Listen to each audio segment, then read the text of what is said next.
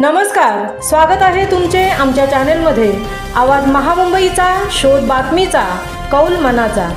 चला तर मग आमचे चॅनेल शेअर करा, लाईक करा आणि सबस्क्राइब करा। धन्यवाद।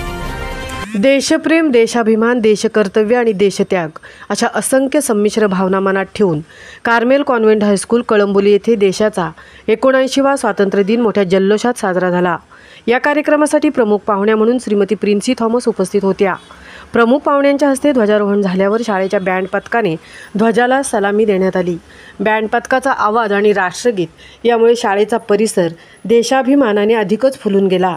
मनोरंजनात्मक कार्यक्रमांनी या स्वातंत्र्य महोत्सवास अजूनच झळाळी आली। शाळेतील विद्यार्थ्यांनी आपल्या कलांमधून उपस्थितांची मने जिंकली। एका माहितीपटातून विद्यार्थ्यांनी भारतीय ध्वजाचा इतिहास प्रभावीपणे सादर केला।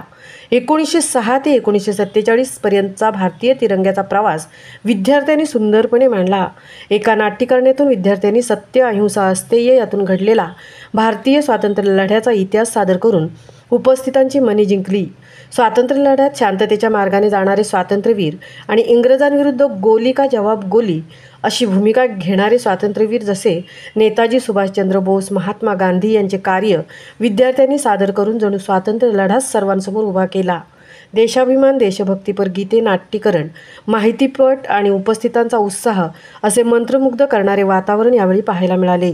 शाळेच्या मुख्याध्यापिका सिस्टर सुष्मिता यांनी स्वातंत्र्य दिनाच्या शुभेच्छा देताना प्रमुख पाहुण्या प्रिन्सी थॉमस, व्यवस्थापिका सिस्टर एलिटा, सर्व शिक्षक, विद्यार्थी, पालक यांचे आभार मानले आणि कार्यक्रम उत्तमरित्या पार पाडल्याबद्दल विद्यार्थी व शिक्षक यांच्या पाठीवर शाबासकीची थापही दिली।